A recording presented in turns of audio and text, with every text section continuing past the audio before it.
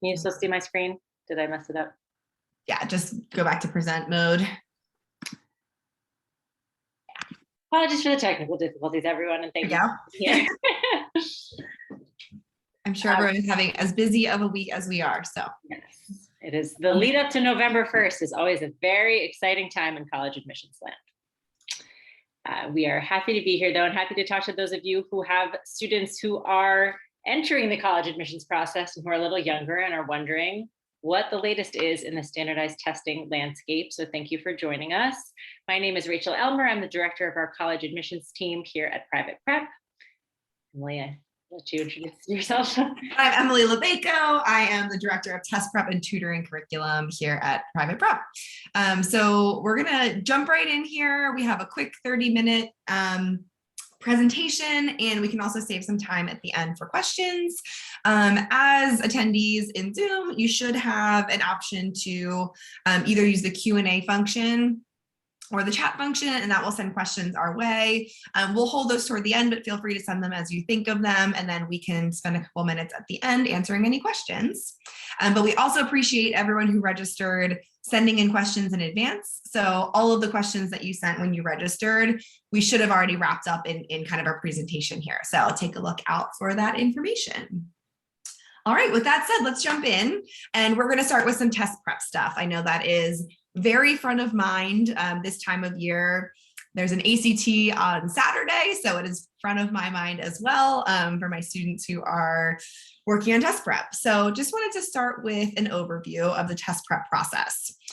We get questions sometimes about kind of how early students should be starting. So our recommendation is really starting test prep at the earliest sophomore year spring. So we like to have students come in and take some diagnostics. Diagnostics just being a full-length practice test for the ACT and the SAT to help students choose the best test. So if any of you out there have students who have not started test prep yet, that's where we will begin.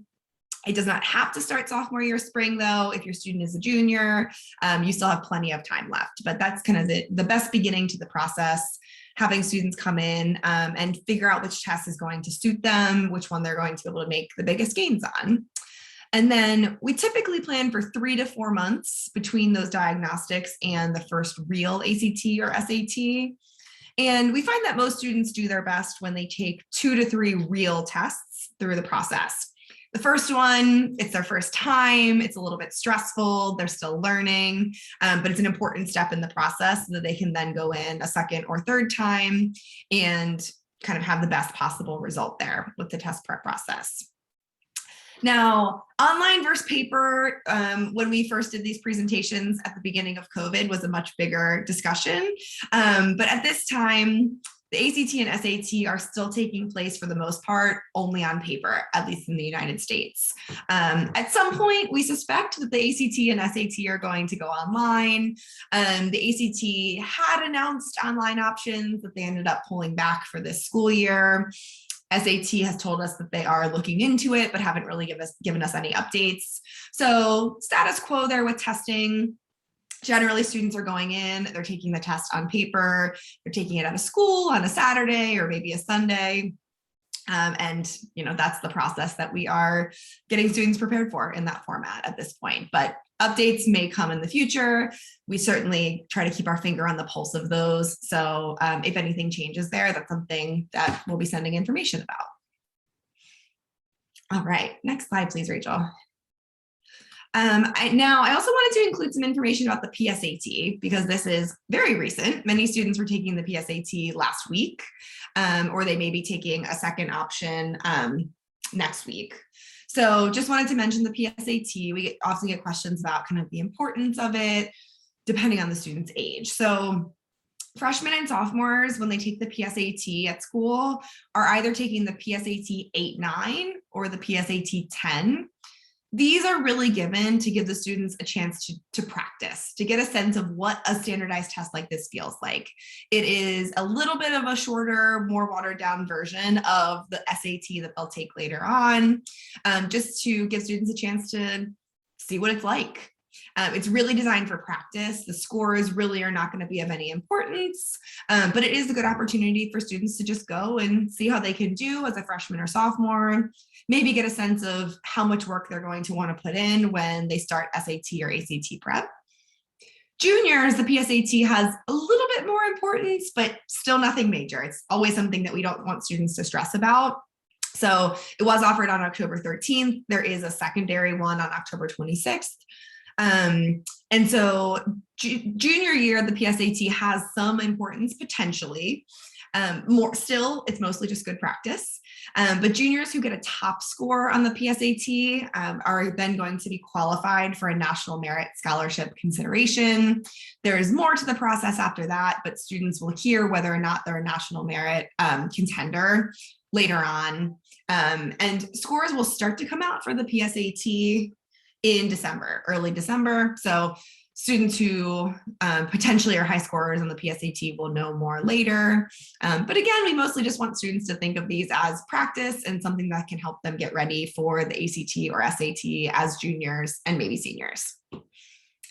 Next one, please. Thank you. So just some upcoming things. The ACT and SAT, we're in kind of full swing here with our juniors, seniors even wrapping up, but there are some upcoming tests.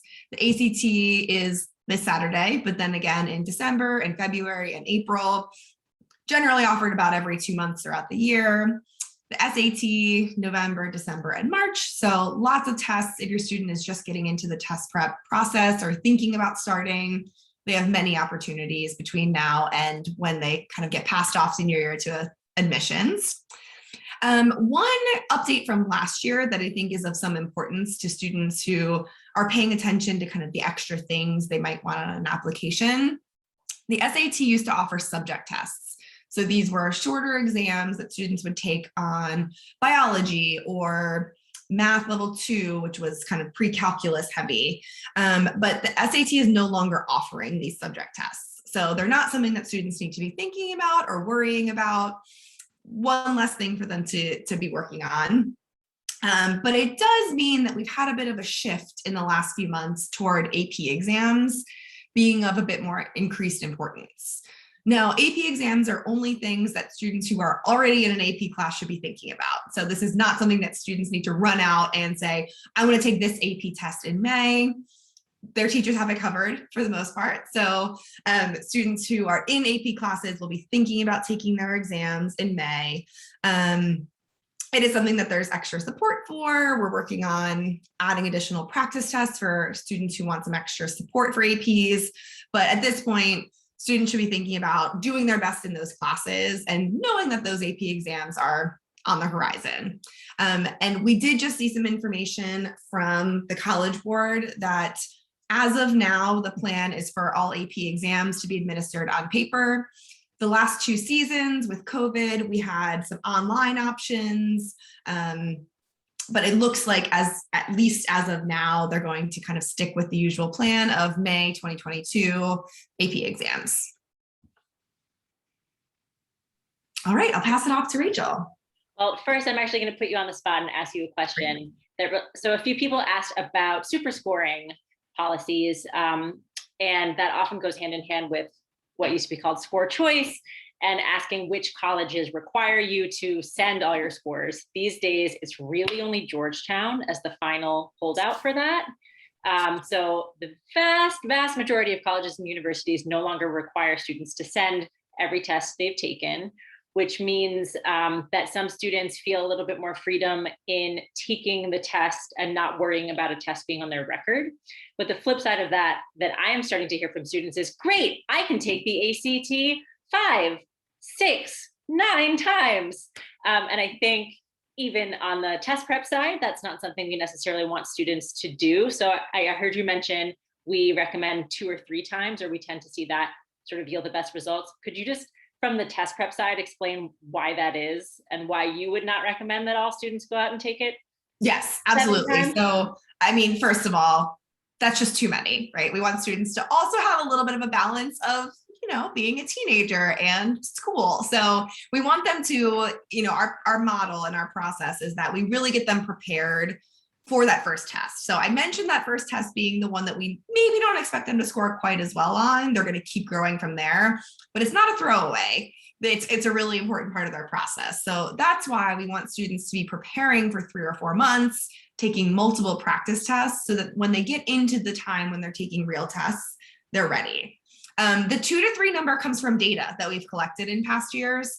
So after 3 tests, there really tend to be diminishing returns on how much students can improve because they've been spending months. They've been studying content, they've been practicing timing, they've been working on the mental side of things and being able to kind of deal with the ups and downs.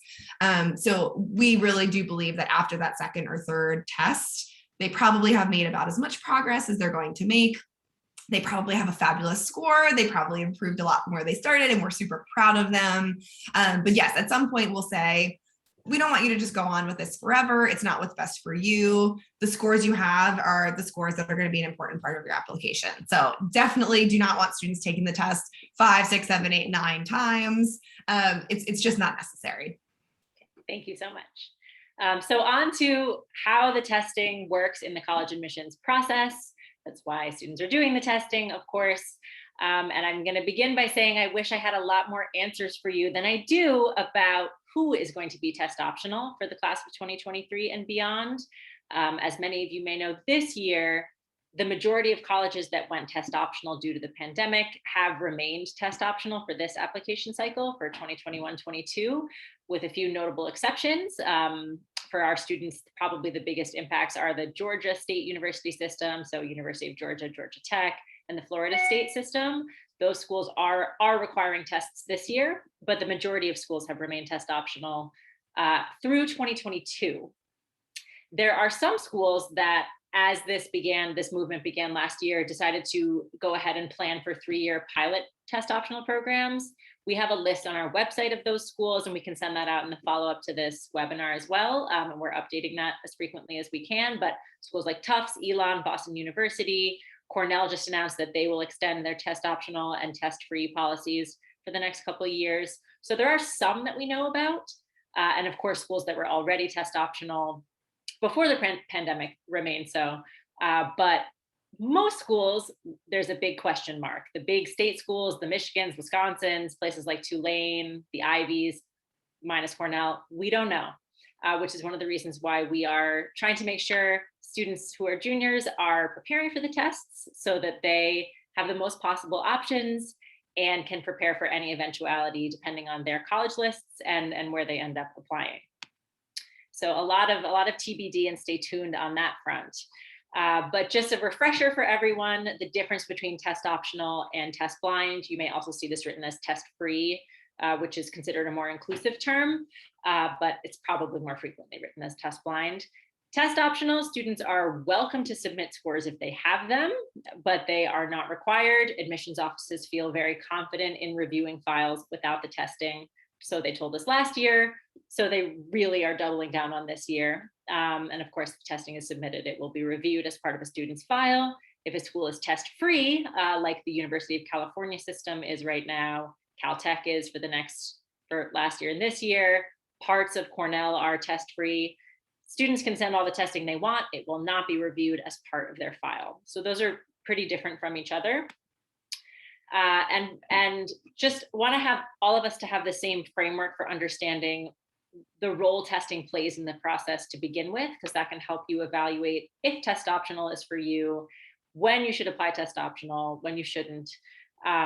So even though students will feel like testing is their entire lives during their junior year when they are studying for an hour and a half every week and taking those practice tests, and it's grueling, it is not. And it is always secondary to a student's transcript, to their performance in their classes. Both the rigor of their classes and the grades they've gotten in those classes will matter significantly more than the test.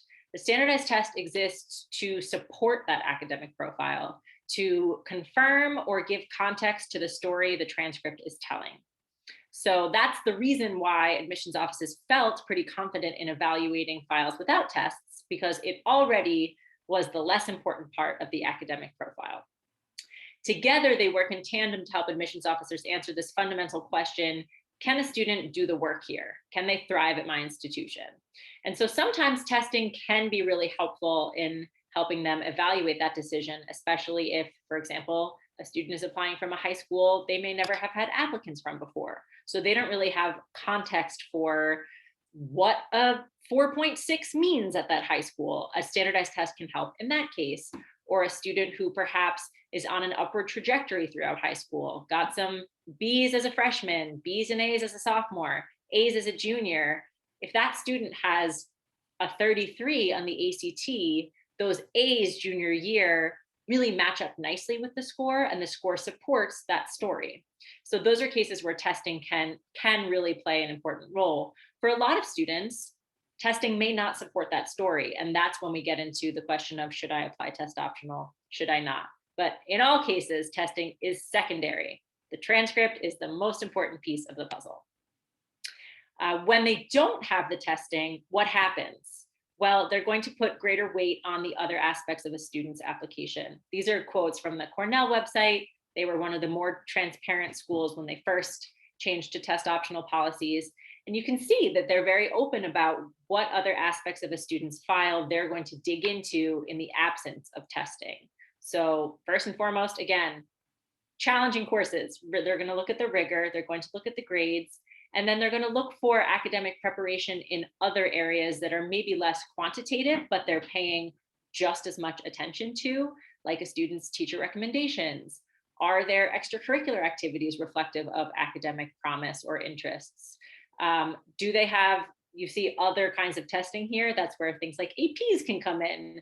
They may be ACT, SAT optional, but they're sure happy to take your 4s and 5s if you have them. They're writing, things like that. So they will give greater weight to all of those other aspects of a student's file. So that's the con of applying test optional for some students, is some of those things may not want to go up under greater scrutiny. So that's part of the calculus in deciding if test optional is for you. A lot of people are asking, what have we actually seen in results? The college landscape is often lacking in transparency, but from schools who have been pretty transparent with their results from the past year, we saw some interesting things, and it truly varied a lot by school. So here are 2 examples of schools that released their test optional applicant information.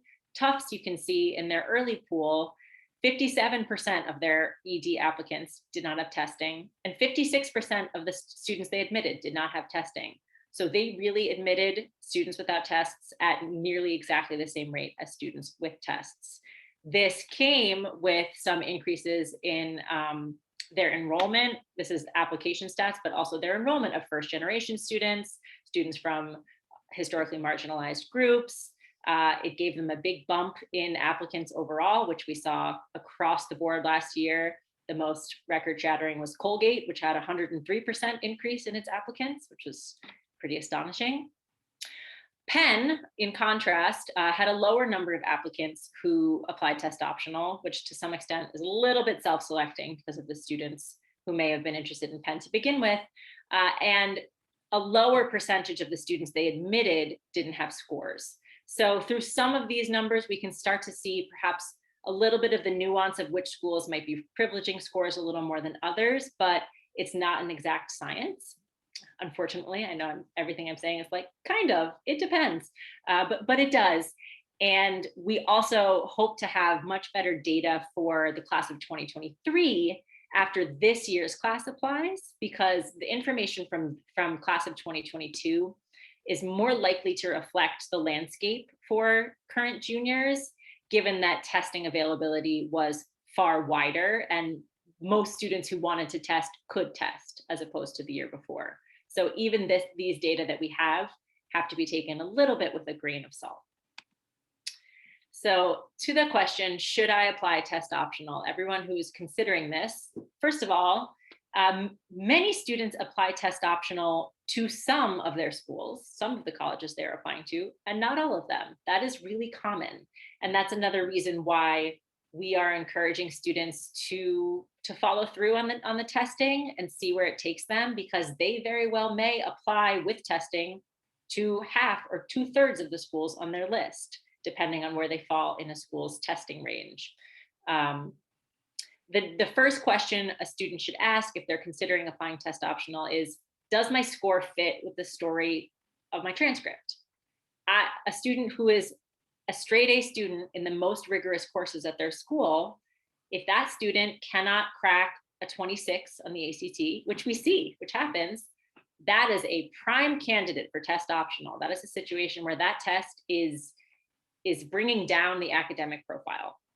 In contrast, again, if that student is on an upward trajectory and that student has a fairly high score, even if it's not in the absolute highest part of a college's middle 50%, that score is bolstering the academic profile, and we would recommend a student send a score in that situation.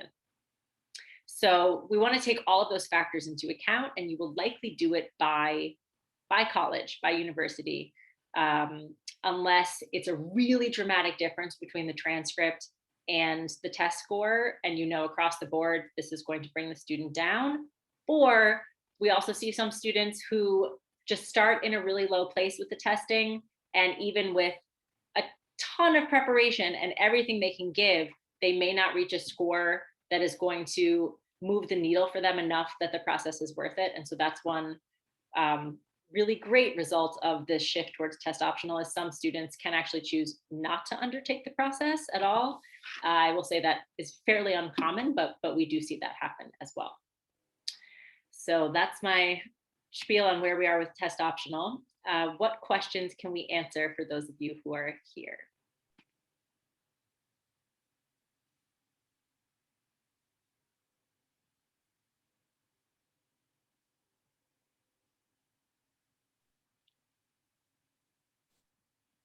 We double check our list and make sure we answered them all that were submitted.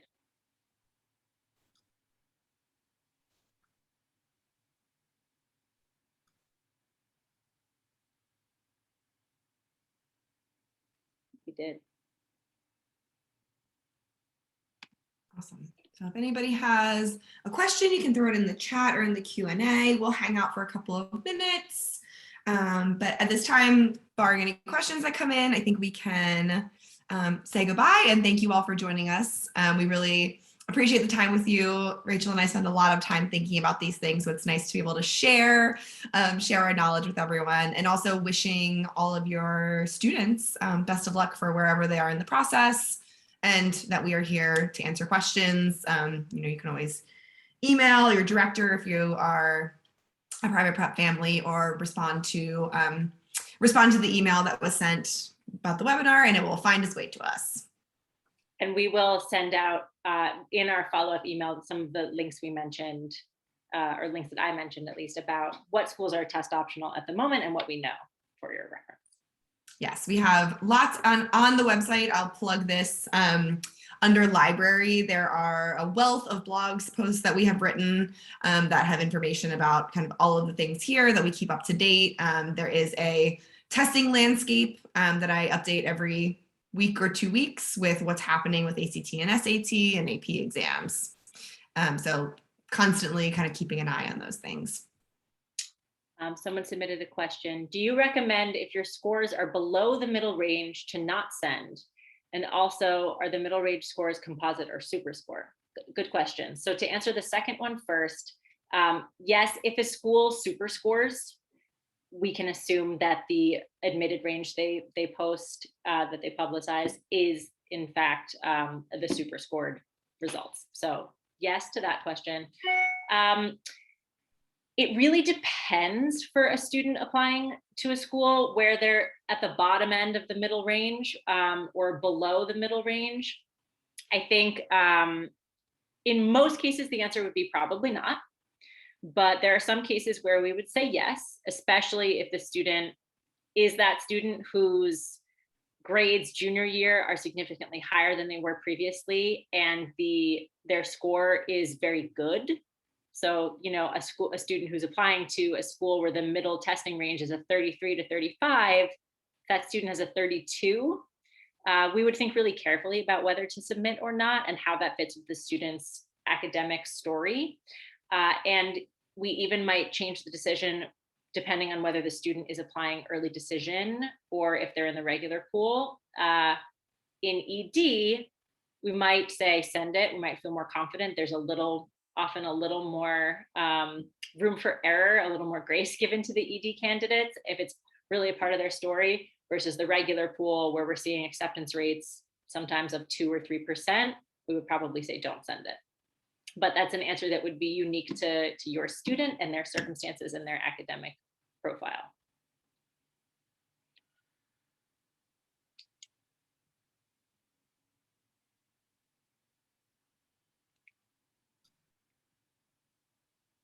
All right, on that note, we will thank you all again for coming, and best of luck in the process. Take care. Thank you. Thanks, everyone.